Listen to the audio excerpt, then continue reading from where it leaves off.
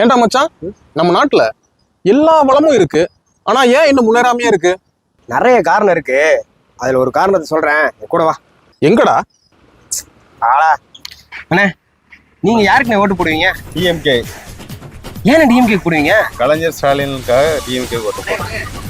நீங்க யாருக்கு ஓட்டு போடுவீங்க? டிவிக்கேங்க. டிவிக்கே. ஏன் டிவிக்கே? நான் விஜய் எனக்கு ரொம்ப பிடிக்கும். அண்ணே, நீங்க யாருக்கு ஓட்டு போடுவீங்க? என்னோட வாக்கு நாம் தமிழருங்க. ஆமாங்க. எதுக்குண்ணே நாம் தமிழருக்கு போடுவீங்க? எங்கள் அண்ணன் சீமானுக்காக போடுங்க.